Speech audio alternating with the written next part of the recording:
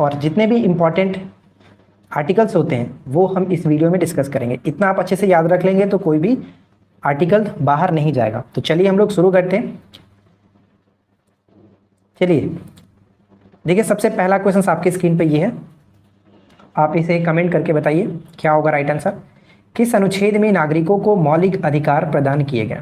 किस अनुच्छेद में नागरिकों को मौलिक अधिकार प्रदान किए गए?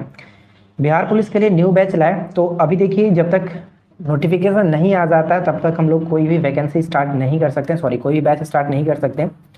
तो अभी जो चल रहा है उसी को आप फोकस करिए। तो यहाँ पे राइट आंसर आपका आने लगा है। तो बात कही गई है मौलिक अधिकार, तो मौलिक अधिकार भाग 3 के अंतर्गत आता है, इसे याद रखिएगा। और ये लिया गया है अमेरिका के संविधान से, यूएसए के संविधान से ग्रहण किया गया। और ये आता है आपका अनुच्छेद 12 से लेकर के 35 तक, यानी सही आंसर हो जाएगा हमारा ऑप्शन सी।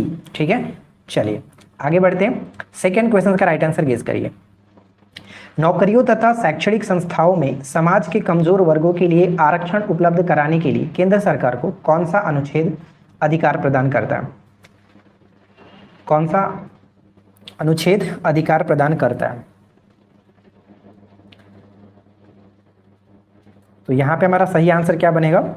ऑप्शन ए बिल्कुल सही आंसर होगा, अनुच्छेद 16। ज़्यादा समय नहीं मिलेगा आपको, 5 से 7 सेकंड का समय देंगे और उतना में आपको राइट आंसर गेस करना है, क्योंकि क्वेश्चंस ज़्यादा हैं तो हम लोग यहाँ पे समय को वेस्ट नहीं करेंगे। अगला प्रश्न कि भारतीय संविधान के किस अनुच्छेद में कल्याणकारी राज्य की अवधारणा है? कल्याणकारी राज्य की अवधारणा है, तो हम जानते हैं कि भाग 4 के अंतर्गत राज्य के नीतिनिषेधक सिद्धांतों के बारे में उल्लेख किया गया, जहां से 36 से लेकर के 51 अनुच्छेद तक इसके अंतर्गत आता है। और ये आपका आयरलैंड के संविधान से ग्रहण किया गया। इसी में आपका आता है कल्याणकारी राज्य की अवधारणा, अनुच्छेद 39। ठीक है, 39 यहाँ पे बिल्कुल सही आंसर होगा, ऑप्शन ए को टिक करेंगे।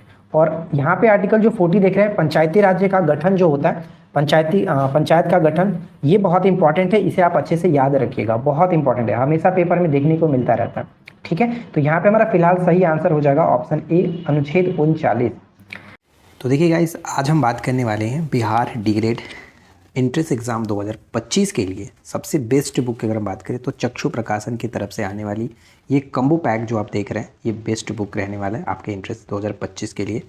तो अगर आप बिहार डी.एल.एड एंट्रेंस एग्ज़ाम देने वाले, तो मैं आप लोगों को बोलूँगा कि आप ये बुक ज़रूर पढ़ लेना। और अगर आपको प्रैक्टिस सीट के लिए भी बुक चाहिए तो मैं आपको बता दूं कि चक्षु जो पब्लिकेशन है, इनके तरफ से बुक आती है जो आपके तैयारी को और भी मजबूत कर सकता है। तो आप लोग जाकर के इनके वेबसाइट से, जो कि यहाँ पे आप देख पाएंगे, जो chakshubooks.com, यहाँ से भी ले सकते हैं, फ्लिपकार्ट, अमेज़न, स्नैपडील, इन जगहों से भी आप बुक को मंगा सकते हैं। तो वीडियो के नीचे डिस्क्रिप्शन में लिंक मिल जाएगा, आप जाकर के वहाँ से अगर ऑर्डर करना चाहते हो तो कर सकते हो। क्वेश्चन नंबर 4 का राइट आंसर गेस करिए। संविधान के किस अनुच्छेद के अंतर्गत भारत में राष्ट्रपति पर महाभियोग चलाया जा सकता है? तो सबसे पहली चीज़ आप ध्यान रखिएगा कि जो महाभियोग चलाया जाता है वो राष्ट्रपति पर किसी भी सदन से लगाया जा सकता है, चाहे लोकसभा हो या फिर राज्यसभा हो, दोनों में से किसी भी सदन से लगाया जा सकता है। और महाभियोग की जो प्रक्रिया है वो कहाँ से ग्रहण किया गया? तो यूएसए के संविधान से पर ग्रहण किया गया, और ये आर्टिकल 61 के तहत लगता है, यानी सी बिल्कुल सही आंसर आप लोग कर रहे हैं, बहुत अच्छी बात है, सी यहाँ पे करेक्ट होगा। तो राष्ट्रपति पर महाभियोग की प्रक्रिया यहाँ पे हो जाएगा आपका ऑप्शन सी।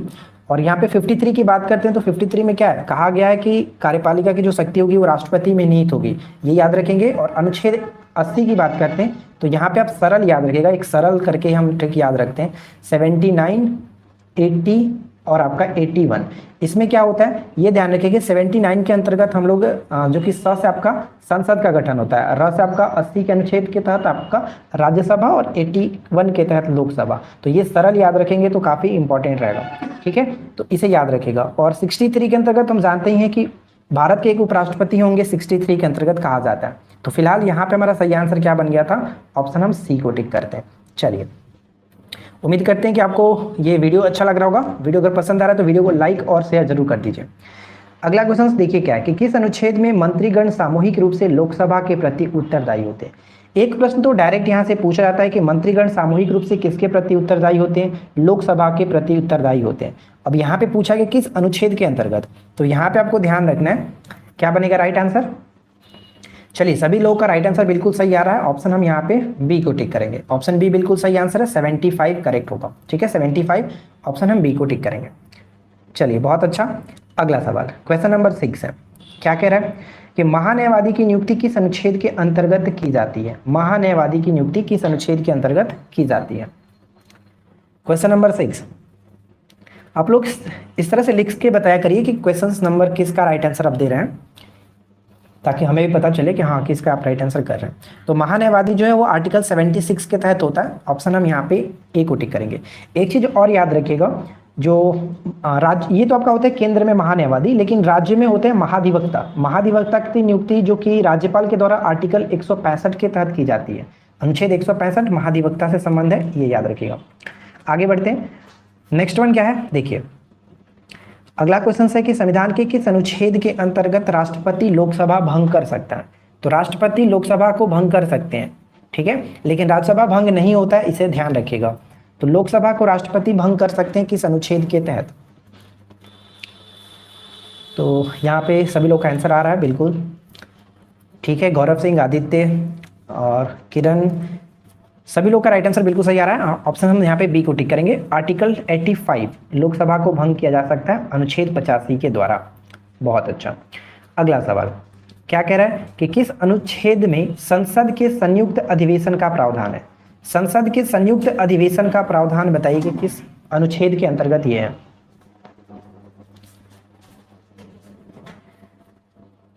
किस अनुच्छेद में संसद के संयुक्त अधिवेशन? संयुक्त अधिवेशन की अध्यक्षता जो होते हैं वो लोकसभा अध्यक्ष करते हैं, लेकिन इसको बुलाने का जो अधिकार होता है वो राष्ट्रपति का होता है, इसे याद रखिएगा। ठीक है, राष्ट्रपति का अधिकार होता है बुलाने का, लेकिन अध्यक्षता कौन करता है? लोकसभा अध्यक्ष करता है। यहाँ पे सही आंसर हो जाएगा 108, ऑप्शन डी को टिक करेंगे। क्वेश्चन नंबर 9 संविधान के किस अनुच्छेद में धन विधेय की परिभाषा दी गई है? किस अनुच्छेद में धन विधेय की परिभाषा दी गई है? सभी लोग वीडियो को लाइक कर दीजिए और अपने दोस्तों के साथ शेयर कर दीजिए, क्योंकि सिर्फ देखने से काम नहीं चलने वाला है। अनुच्छेद में धन विधेयक की चर्चा की गई। धन विधेयक की बात अनुच्छेद 110 में होता है। ऑप्शन सी को टिक करेंगे। बिल्कुल सही, सभी लोग का राइट आंसर आ रहा है। इसी तरह से राइट आंसर करते चलिए। अगला सवाल, संविधान के किस अनुच्छेद के अंतर्गत राष्ट्रपति अध्यादेश जारी करते हैं? ध्यान रखिएगा, क्वेश्चंस में राष्ट्रपति की बात की जा रही है। राष्ट्रपति अध्यादेश जारी करते हैं, तो राष्ट्रपति के द्वारा अध्यादेश जारी किया जाता है। ऑप्शन हम यहाँ पे ए को टिक करेंगे 123 के तहत। जबकि अगर राज्यपाल के द्वारा अध्यादेश की बात करता है तो वहां पे आपका 213 हो जाएगा। 213 ये याद रखेंगे। ठीक है, आगे देखिए अगला क्वेश्चन क्या है। संविधान के किस अनुच्छेद में सर्वोच्च न्यायालय के न्यायाधीश पर महाभियोग लगाया जा सकता है? सर्वोच्च न्यायालय के न्यायाधीश पर महाभियोग लगाया जा सकता है किस अनुच्छेद के अंतर्गत? तो सर्वोच्च न्यायालय के न्यायाधीश पर महाभियोग चलाया जा सकता है। ऑप्शन हम यहाँ पे हो जाएगा 124 के तहत। ठीक है, 124 यहाँ पे करेक्ट होगा। ऑप्शन बी को टिक करेंगे। नेक्स्ट क्वेश्चन देखिए। अगला प्रश्न है कि राष्ट्रपति किस अनुच्छेद के अंतर्गत सर्वोच्च न्यायालय से परामर्श ले सकता है? राष्ट्रपति जो होंगे वो किस अनुच्छेद के अंतर्गत सर्वोच्च न्यायालय से परामर्श ले सकता है? किस अनुच्छेद के तहत? तो यहाँ पे हमारा सही आंसर बन जाएगा ऑप्शन बिल्कुल सही आ रहा है आपको, आप लोग का ऑप्शन सी को टिक करेंगे। 143 के तहत राष्ट्रपति सर्वोच्च न्यायालय से परामर्श ले सकते हैं।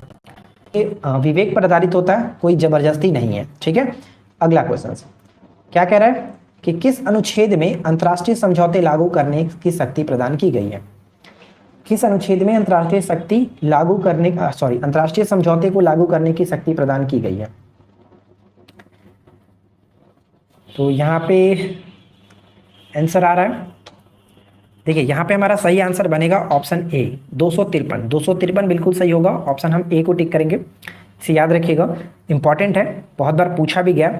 अगला क्वेश्चन कि किस अनुच्छेद के तहत राष्ट्रपति वित्त आयोग का गठन करता है? तो देखिए ये जो प्रश्न बहुत ज़्यादा पूछा गया है कि राष्ट्रपति जो है वित्त आयोग के गठन जो करते हैं वो कितने वर्षों के लिए? प्रत्येक 5 वर्षों के लिए गठन किया जाता है। इसमें 4 सदस्य और 1 अध्यक्ष होते हैं, यानी टोटल 5 मेंबर होते हैं। और ये गठन होता है 280 के तहत। ठीक है, 280 के तहत, इसे याद रखिएगा। राइट, 5 ईयर्स के लिए बिल्कुल सही, सभी लोग का करेक्ट आ रहा है। चलिए, करेक्ट आंसर हो जाएगा ऑप्शन बी 280। अगला सवाल क्या है कि संपत्ति का अधिकार किस अनुच्छेद में है? संपत्ति का अधिकार किस अनुच्छेद में है? तो ध्यान रखिएगा दोस्तों, संपत्ति का अधिकार पहले मौलिक अधिकार के अंतर्गत हुआ करता था। जैसे पहले 7 मौलिक अधिकार दिए गए थे और अब वर्तमान में 6 है। तो 7वां मौलिक अधिकार आपका यही था, संपत्ति का अधिकार, जिसे 44वें संविधान संशोधन 1978 के द्वारा हटा दिया गया। अब इसे हटा करके एक कानूनी अधिकार का दर्जा दिया गया और ये पड़ता है आपका अनुच्छेद 300 के क के अंतर्गत, 300 के क के अंतर्गत। अगर आपसे पूछे कि 1978 में हटाया गया था किस सरकार के द्वारा, तो ये भी याद रखिएगा कि जनता सरकार के द्वारा हटाया गया था। ठीक है, जनता सरकार के द्वारा हटाया गया था। तो राइट आंसर क्या हो जाएगा? ऑप्शन डी, 300 का ए। चलिए आगे बढ़ते हैं। अगला क्वेश्चन क्या कह रहा है कि संविधान के किस अनुच्छेद में संघ और राज्यों के लिए लोक सेवा आयोग का प्रावधान किया गया? संघ और राज्यों के लिए लोक सेवा आयोग का प्रावधान किया गया है। क्या बनेगा करेक्ट आंसर? तो देखिए यहाँ पे बिल्कुल सही आ रहा है, ऑप्शन सी को टिक करेंगे, 315। ठीक है, 315 यहाँ पे करेक्ट होगा। संविधान के अनुच्छेद 315 के द्वारा संघ और राज्यों के लिए लोक सेवा आयोग का प्रावधान किया गया, तो सी बिल्कुल सही आंसर होगा, याद रखेंगे। आगे बढ़ते हैं। अगला क्वेश्चन देखिए, सारा एक्सप्लेनेशन भी आपको क्वेश्चंस में ही मिल जाएगा, तो बस ध्यान से सभी क्वेश्चंस को पढ़ते चलिए। संविधान के किस अनुच्छेद के तहत अनुसूचित जनजातियों के लिए एक पृथक राष्ट्रीय आयोग के गठन का प्रावधान है? यहाँ पे ध्यान दीजिएगा, अनुसूचित जनजाति यानी कि एसटी की बात की जा रही है। अनुसूचित जनजाति शेड्यूल जो ट्राइब है इसकी बात की जा रही है, और इसका प्रावधान किसमें है?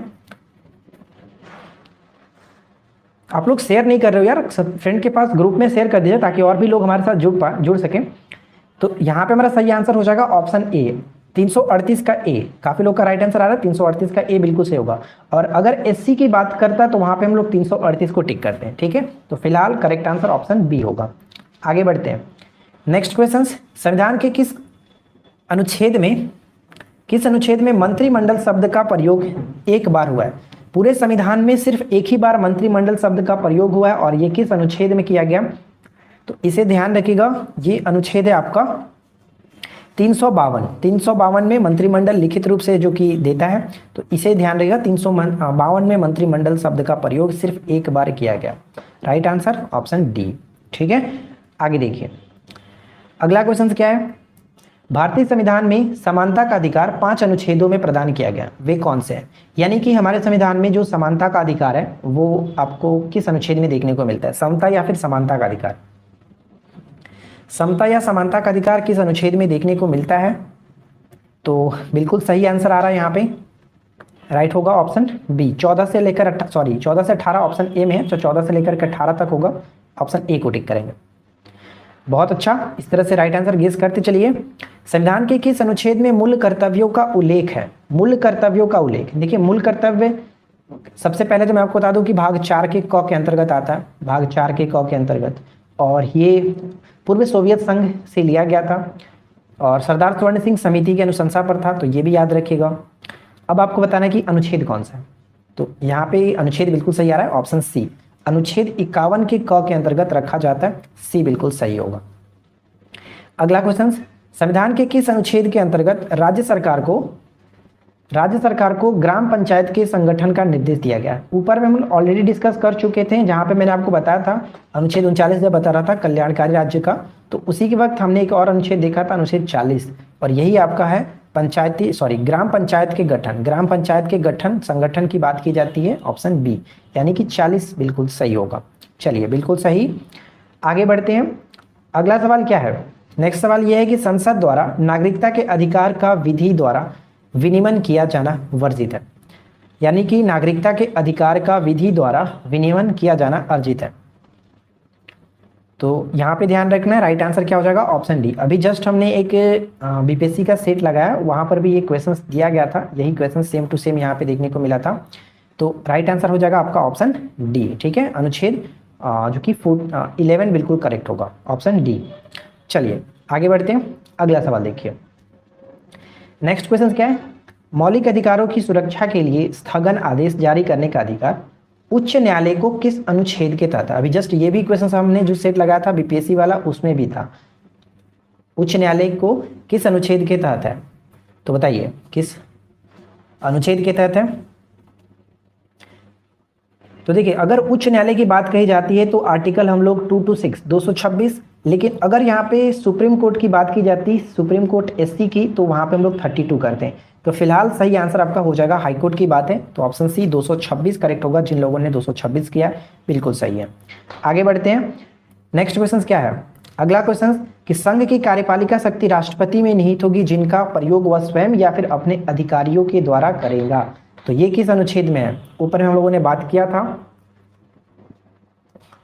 संघ की कार्यपालिका शक्ति किस में निहित होती है, राष्ट्रपति में निहित होती है। डायरेक्ट क्वेश्चन पूछा जाता है किस अनुच्छेद के तहत, तो यहाँ पे हमारा सही आंसर बन जाएगा आर्टिकल 53 बिल्कुल सही आंसर होगा, ऑप्शन सी को टिक करेंगे, राइट।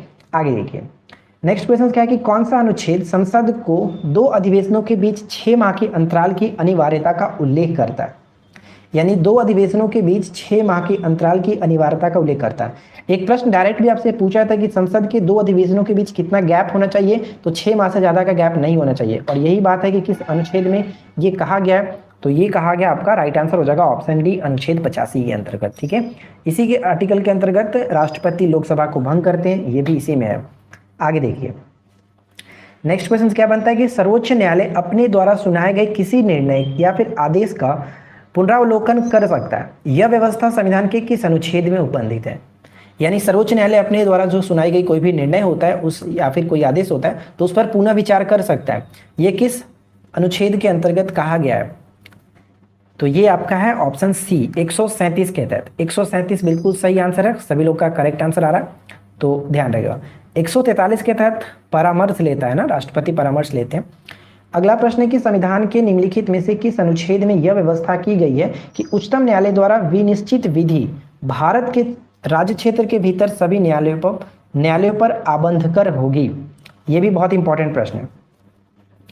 तो यहाँ पे हमारा सही आंसर क्या बनेगा, ध्यान रखिएगा कि यह व्यवस्था की गई है कि उच्चतम न्यायालय द्वारा विनिश्चित विधि भारत के राज्य क्षेत्र के भीतर सभी न्यायालयों पर आबद्धकर होगी।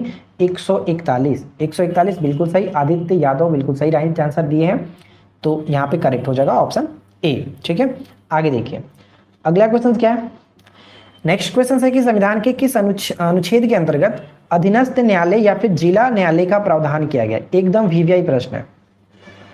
अधीनस्थ न्यायालय या फिर जिला न्यायालय का प्रावधान किया गया किस अनुच्छेद के अंतर्गत, तो इसे ध्यान रखिएगा 233, ठीक है। 233 यहाँ पे करेक्ट होगा, 233 ऑप्शन बी को टिक करेंगे, राइट। चलिए आगे बढ़ते हैं, नेक्स्ट क्वेश्चन का राइट आंसर गेस करिए। क्या कह रहा है कि भारतीय संविधान का कौन सा अनुच्छेद संवैधानिक प्रावधानों की संघीय संसद और राज्य विधान पालिकाओं द्वारा बनाए गए नियमों कानूनों पर प्राथमिकता प्रदान करती है। तो यहाँ पे हमारा सही आंसर क्या बनेगा, बिल्कुल सही ऑप्शन सी 245, ठीक है। 245 यहाँ पे करेक्ट होगा, 245 बिल्कुल सही होगा। चलिए आगे बढ़ते हैं, अगला सवाल, किस अनुच्छेद के तहत अवशिष्ट शक्तियां केंद्र के पास है। किस अनुच्छेद के तहत अवशिष्ट शक्तियां केंद्र के पास है, बताइए। यहां पे हमारा सही आंसर क्या होगा, ये प्रश्न भी बहुत बार पेपर में पूछा गया है, तो इसे याद रखिएगा। अवशिष्ट शक्तियां केंद्र के पास होता है और 248 के तहत, ऑप्शन डी। अगला क्वेश्चन, जो भी अनुच्छेद यहाँ पे अभी तक आपको बताए गए उनको अच्छे से याद रख लीजिएगा। राज्यों द्वारा प्रार्थना करने पर भारत की संसद उन राज्यों के लिए किस अनुच्छेद के अंतर्गत कानून बना सकती है। वैसे संसद को राज्यों पर कानून बनाने का अधिकार होता है, लेकिन एक अलग होता है कि अगर राज्य खुद प्रार्थना करे कि संसद से कि हाँ आप हमारे राज्य के विषय पर आप कानून बना दीजिए, तो वहाँ पे एक अलग आर्टिकल लगता है, तो इसको भी याद रखिएगा। तो यहाँ पे हमारा सही आंसर बन जाएगा ऑप्शन बी 252 के तहत, प्रार्थना करने पर 252, लेकिन वैसे अगर सिंपल तरीके से देखें तो 249 होता है। तो यहाँ पे हमारा सही आंसर फिलहाल बी होगा, इसे याद रखेंगे, ठीक है, बी होगा। आगे बढ़ते हैं, अगला क्वेश्चन क्या रहा कि भारतीय संविधान के अंतर्गत निम्नलिखित में से कौन सा अनुच्छेद संसद की राज्य सूची के विषय में संबंध में विधि बनाने की शक्ति प्रदान करता है। भारतीय संविधान के अंतर्गत निम्नलिखित में से कौन सा अनुच्छेद संसद को राज्य सूची के विषय पर, अभी जस्ट मैंने बताया कि राज्य सूची के विषय पर संसद कानून बना सकती है, वो आपका आर्टिकल कौन सा है, तो यहाँ पे हमारा आर्टिकल हो जाएगा ऑप्शन डी, ठीक है 249। और प्रार्थना करने पर कौन सा होगा, प्रार्थना करने पर 252। क्लियर, ध्यान रखेंगे। चलिए अगला क्वेश्चन क्या कह रहा है कि केंद्र राज्य के प्रशासनिक संबंध भारतीय संविधान के किस अनुच्छेद में, यानी केंद्र राज्य के प्रशासनिक संबंध जो है इसका विवरण किस अनुच्छेद में देखने को मिलता है, तो इसका संबंध हमारा हो जाएगा ऑप्शन ए में 256 से 263 के तहत, 256 से 263 के तहत। आगे बढ़ते हैं। नेक्स्ट वन है कि संविधान के किस अनुच्छेद के अंतर्गत केंद्र सरकार राज्य सरकारों को निर्देश दे सकती है, जो केंद्र सरकार है वो राज्य सरकार को निर्देश दे सकती है, किस अनुच्छेद के अंतर्गत, तो 256 के अंतर्गत। 256 यहाँ पे बिल्कुल सही होगा, ठीक है 256। चलिए आगे बढ़ते हैं। नेक्स्ट वन देखिए क्या है, ये प्रश्न बहुत विव्यय है, एकदम विव्यय, आप इसको याद रखिएगा। मोस्ट इंपॉर्टेंट, अंतर्राज्यीय परिषद का गठन का प्रावधान जो संविधान के किस अनुच्छेद के अंतर्गत किया गया, अंतर्राज्यीय परिषद का गठन, अंतर्राज्यीय परिषद का गठन का जो प्रावधान है वो आर्टिकल 263, ठीक है 263 यहाँ पे करेक्ट आंसर है। 263 बिल्कुल सही आंसर आ रहा है सभी लोगों का। चलिए नेक्स्ट वन देखिए, भारतीय संविधान के किस अनुच्छेद में नैसर्गिक न्याय के प्रसिद्ध सिद्धांत सुनवाई के अधिकार का समावेश किया गया है, सुनवाई के अधिकार का प्रवेश किया गया है, किसमें होगा, भारतीय संविधान के किस अनुच्छेद में नैसर्गिक न्याय के सिद्धांत प्रसिद्ध सिद्धांत सुनवाई के अधिकार का प्रावधान किया गया, 311। 311 यहाँ पे राइट आंसर है, ठीक है 311। जो भी लोग नए हमारे साथ जुड़े हुए हैं चैनल को सब्सक्राइब कर लीजिएगा और नोटिफिकेशन बेल आइकन को ऑल पे सेट कर लीजिए ताकि रोजाना आपको इस तरह की वीडियो मिलती रहे। अगला क्वेश्चन देखिए क्या कह रहा है कि भारतीय संविधान के किस अनुच्छेद में नई अखिल भारतीय सेवा की स्थापना का प्रावधान है, नई अखिल भारतीय सेवा की स्थापना जो है इसका प्रावधान किया गया है। नई अखिल भारतीय सेवा की स्थापना का प्रावधान किसको दिया गया, राज्यसभा को दिया गया, तो ये आपका आर्टिकल हो जाता है 312, ठीक है 312 के तहत ऑप्शन बी को टिक करें। 312 बिल्कुल सही हो रहा है। आगे देखते हैं अगला सवाल क्या है कि संविधान के किस अनुच्छेद द्वारा लोक सेवाओं को संरक्षण प्रदान किया गया, लोक सेवाओं को संरक्षण प्रदान किया गया किस अनुच्छेद के तहत, तो लोक सेवाओं का संरक्षण जो प्रदान किया गया वो आपका है कितना, 311, 311 के तहत, ठीक है 311 के तहत। तो यहाँ पे हमारा सही आंसर क्या बनेगा, ऑप्शन बी 311। क्लियर, आगे देखिए क्या कह रहा है अगला क्वेश्चन, संविधान के किस अनुच्छेद द्वारा संघ और राज्यों के लिए लोक सेवा आयोग का प्रावधान है। अब यहाँ पे ध्यान दीजिएगा कि संघ और राज्यों के लिए लोक सेवा आयोग का प्रावधान जो किया गया वो किस अनुच्छेद में किया गया, तो यहाँ पे हमारा जो अनुच्छेद बनेगा ऑप्शन हम बी को ऑप्शन डी को टिक करेंगे, 315 करेक्ट होगा, 315 के अंतर्गत, ठीक है 315। और इसके अंतर्गत एक और आता है जो कि बार बार पेपर में आपको देखने को मिलता है।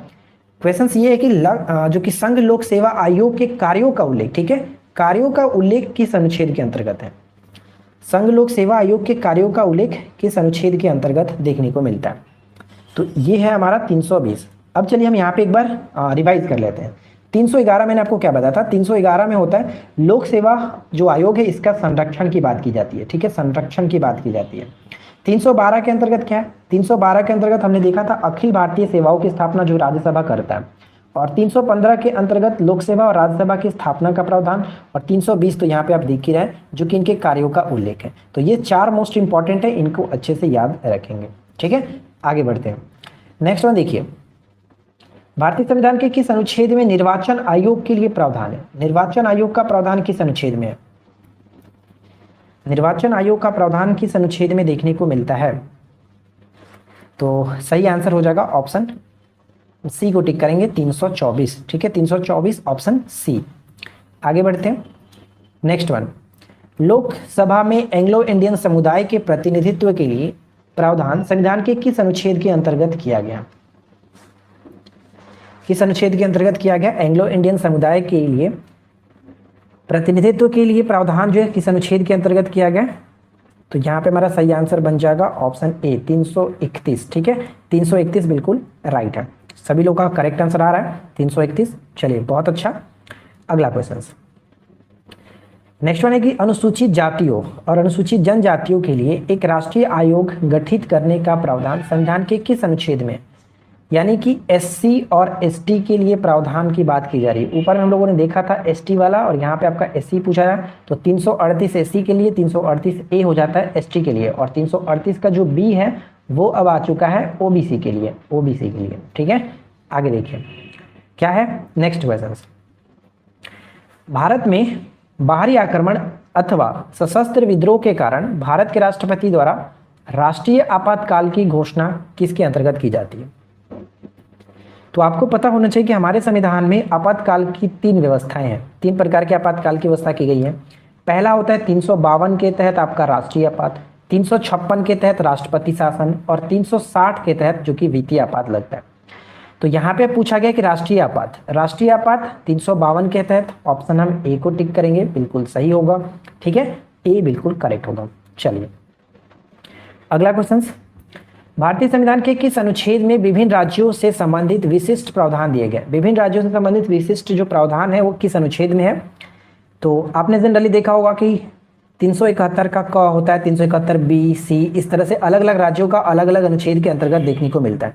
तो विभिन्न राज्यों से संबंधित जो विशिष्ट प्रावधान है वो 371 में देखने को मिलेगा, ऑप्शन सी होगा करेक्ट आंसर। क्लियर, आगे बढ़ते हैं।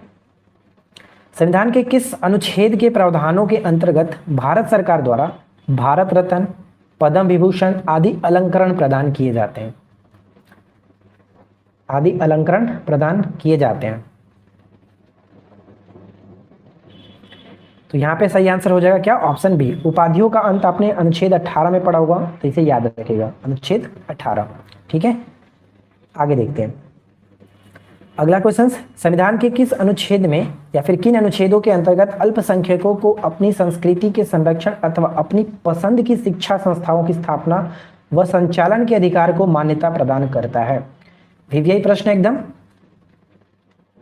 अल्पसंख्यकों को अपनी संस्कृति के संरक्षण और अपनी पसंद की शिक्षा संस्थाओं की स्थापना व संचालन के अधिकार को मान्यता प्रदान करता है। तो यहाँ पे सही आंसर हो जाएगा, ऑप्शन हम बी को टिक करेंगे, बी बिल्कुल सही आंसर होगा 29-30। ठीक है, बी बिल्कुल सही आंसर है 29-30, राइट। चलिए आगे देखते हैं नेक्स्ट क्वेश्चन क्या बनता है। अगला क्वेश्चन देखिए क्या है। अनुच्छेद आपको यहाँ पे मैच करना है, कौन किसके साथ होगा, सुमेलित करना है। ठीक है, सुमेलित करना है, तो मैच करिए कौन किसके साथ सही तरीके से मैच होगा। तो यहाँ पे ध्यान दीजिएगा, ये जो कि 4 ऑप्शंस आपको दिख रहा होगा, चारों पॉइंट्स बहुत इंपॉर्टेंट है, अलग अलग करके भी क्वेश्चंस पूछे जाते हैं, तो आप इनको अच्छे से मैच करिएगा और याद रखिएगा। पहला पॉइंट क्या कह रहा है कि भारत के राष्ट्रपति का जो निर्वाचन है वो आर्टिकल 54 के अंतर्गत है, पहला तो सही है। प्रधानमंत्री और मंत्रिपरिषद की जो नियुक्ति का प्रावधान है वो आपका 75, ये भी बिल्कुल सही है। राज्यपाल की जो नियुक्ति है, राज्य में राज्यपाल की नियुक्ति वो 155 के तहत ही की जाती है, ये भी बिल्कुल सही है, यानी कि ये भी मैच सही करता है। और मुख्यमंत्री और मंत्रिपरिषद की जो नियुक्ति का प्रावधान है वो 164 के अंतर्गत है, यानी यहाँ पे सभी के सभी बिल्कुल सही तरीके से मैच करता है। तो हम ऑप्शन ए पे जा सकते हैं कि ए का ए, 2 का 2, इस तरह से सही होगा ऑप्शन ए। ठीक है, तो ये इंपॉर्टेंट रहेगा, खास करके ऑप्शन सी वाला याद रखेगा। राज्य में राज्यपाल की नियुक्ति 155 के तहत की जाती है। आगे बढ़ते हैं, अगला देखिए। भारत के संविधान के निम्नलिखित अनुच्छेदों में से किसके अनुसार प्रत्येक राज्य की कार्यपालिका शक्ति इस प्रकार प्रयोग किया जाएगा जिससे कोई प्रतिकूल प्रभाव न पड़े। किस अनुच्छेद में ये बात कही गई है, किस अनुच्छेद के अनुसार प्रत्येक राज्य की कार्यपालिका शक्ति इस प्रकार प्रयोग किया जाएगा जिससे कोई प्रतिकूल प्रभाव ना पड़े। तो यहाँ पे हमारा सही आंसर बनेगा ऑप्शन बी, 258। ठीक है, 258 सही होगा। चलिए आगे बढ़ते हैं, नेक्स्ट क्वेश्चन क्या है। सूची 1 को सूची 2 के साथ सुमेलित करना है। तो यहाँ पे देखिए 4 ऑप्शन, 4 मिलान करना है, चारों को मिलान करिए और बताइए कि सही कूट हमारा क्या होगा। तो जो लोग भी नए हमारे साथ जुड़ रहे हैं, प्लीज़ आप लोगों से रिक्वेस्ट है कि वीडियो को लाइक कर लीजिए और दोस्तों के साथ शेयर भी कर दीजिएगा, और साथ ही साथ चैनल को सब्सक्राइब करके नोटिफिकेशन बेल आइकन को ऑल पे सेट कर लीजिए ताकि आपको रोजाना न्यू वीडियोस की नोटिफिकेशन मिलती रहे। तो यहाँ पे देखिए आप लोगों के अकॉर्डिंग राइट आंसर क्या आ रहा है? तो सभी लोग का राइट आंसर ए आ रहा है। तो चलिए हम लोग देखते हैं कि क्या ए सही है या फिर गलत है। भारत का नियंत्रक एवं महालेखा परीक्षक, तो यहाँ पे देखिए फर्स्ट का क्या होगा 148, क्योंकि 148 से 151 के अंतर्गत महालेखा नियंत्रक परीक्षा की बात कही गई है। तो फर्स्ट का 3 के साथ, तो फर्स्ट का 3 यहाँ पर भी है, यहाँ पर भी है। वित्त आयोग हम लोगों ने देखा था, वित्त आयोग का गठन 280 के तहत होता है। तो यहाँ पे 2 का 2 यहीं पे मिल गया। अब हमें यहाँ पे जाने की जरूरत नहीं है। तो सही आंसर हमारा हो गया ऑप्शन ए। ठीक है, पूरा मिलाने की भी जरूरत नहीं होता है, बस यहाँ पे हो जाएगा। चलिए अगला क्वेश्चन क्या बनता है? नेक्स्ट क्वेश्चन है कि भारतीय संविधान के किस अनुच्छेद के अंतर्गत भारत सरकार का दायित्व है कि वह बाह्य आक्रमण और आंतरिक अशांति से राज्यों की रक्षा करे। अगर रक्षा नहीं करेगा तो फिर एक प्रॉब्लम हो जाता है, जिसको हम लोग राष्ट्रपति शासन कहते हैं। ठीक है, तो रक्षा करने का जो प्रावधान है वो 355 के तहत है कि 355 के अंतर्गत बाह्य आक्रमण और आंतरिक अशांति से रक्षा करना है। अगर रक्षा नहीं किया जाएगा तो 356 लागू हो जाता है। तो यहाँ पे सही आंसर है ऑप्शन ए। ठीक है, आगे बढ़ते हैं। नेक्स्ट क्वेश्चन देखिए, अगला सवाल है कि राज्य विधान सभाओं में आंग्ल भारतीय समुदाय के लिए प्रतिनिधित्व का प्रावधान भारत के संविधान के किस अनुच्छेद में है? राज्य विधानसभा की बात की जा रही है, ध्यान रखिएगा, राज्य विधानसभा। तो राइट आंसर क्या बनेगा? ऑप्शन हम डी को टिक करेंगे। ठीक है, ऑप्शन डी यहाँ पे बिल्कुल सही आंसर हो जाता है, ऑप्शन डी 333 करेक्ट आंसर है। आगे बढ़ते हैं, और भी कुछ क्वेश्चंस बचे हुए हैं जो कि हम देख लेते हैं। भारतीय संविधान का कौन सा अनुच्छेद भारत की विदेश नीति से संबंधित है? भारत की विदेश नीति से संबंधित है कौन सा अनुच्छेद? तो अनुच्छेद आपने 51 पढ़ा है, अंतर्राष्ट्रीय शांति और सुरक्षा की बात कही जाती है। तो राइट आंसर क्या बन जाएगा? ऑप्शन डी, अनुच्छेद 51 करेक्ट आंसर है। अनुच्छेद 51 करेक्ट आंसर है। ठीक है, चलिए नेक्स्ट क्वेश्चन। अगला सवाल क्या है कि भारतीय संविधान के किस अनुच्छेद में नए राज्य के प्रवेश या फिर स्थापना का प्रावधान दिया गया? किस अनुच्छेद में नए राज्यों के प्रवेश और स्थापना का प्रावधान किया गया, किस अनुच्छेद के अंतर्गत? तो यहाँ पे सही आंसर क्या बनेगा? चलिए चंदन कुमार जी का आंसर आ रहा है, गौरव सिंह। तो यहाँ पे देखिए 3 नहीं होगा, जो लोग बी कर रहे हैं ऑप्शन बिल्कुल सही है, अनुच्छेद 2 के अंतर्गत होगा, ऑप्शन बी को टिक करेंगे। और आज की इस वीडियो का आखिरी प्रश्न है, देख लीजिए क्या क्वेश्चन कह रहा है कि किसी राज्य में विधान परिषद की स्थापना और समाप्ति का प्रावधान संविधान के किस अनुच्छेद में? विधान परिषद की स्थापना और समाप्ति का प्रावधान किस अनुच्छेद के अंतर्गत है? तो आशा करते हैं कि आप लोगों को आज का ये वीडियो अच्छा लगा होगा।